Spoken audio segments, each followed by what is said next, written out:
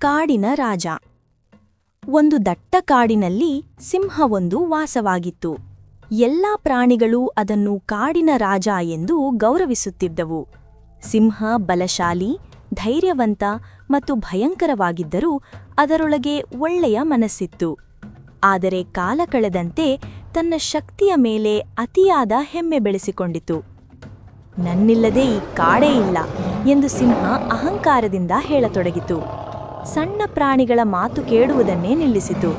ಮೊಲ, ಜಿಂಕೆ, ಕಪಿ ಎಲ್ಲರೂ ಸಿಂಹದ ಅಹಂಕಾರದಿಂದ ಬೇಸರಗೊಂಡರು.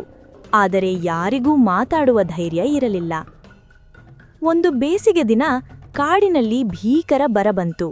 ನೀರು ಕಡಿಮೆಯಾಯಿತು. ನದಿಗಳು ಒಣಗಿದವು. ಎಲ್ಲಾ ಪ್ರಾಣಿಗಳು ಸಂಕಷ್ಟಕ್ಕೆ ಸಿಲುಕಿದವು.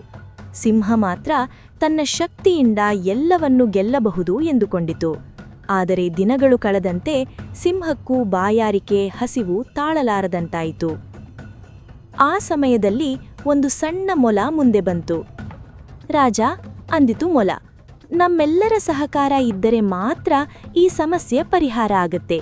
ಕಾಡಿನ ಇನ್ನೊಂದು ಕಡೆ ಒಂದು ಸಣ್ಣ ನೀರಿನ ಹೊಳೆಯಿದೆ. ಎಲ್ಲರೂ ಸೇರಿ ಹೋದ್ರೆ ಬದುಕಬಹುದು. ಮೊದಲು ಸಿಂಹಕ್ಕೆ ಕೋಪ ಬಂತು. ನನಗೆ ನೀನು ಬುದ್ಧಿ ಹೇಳ್ತೀಯಾ ಅಂದಿತು. ಆದರೆ ಬೇರೆ ದಾರಿ ಇರಲಿಲ್ಲ.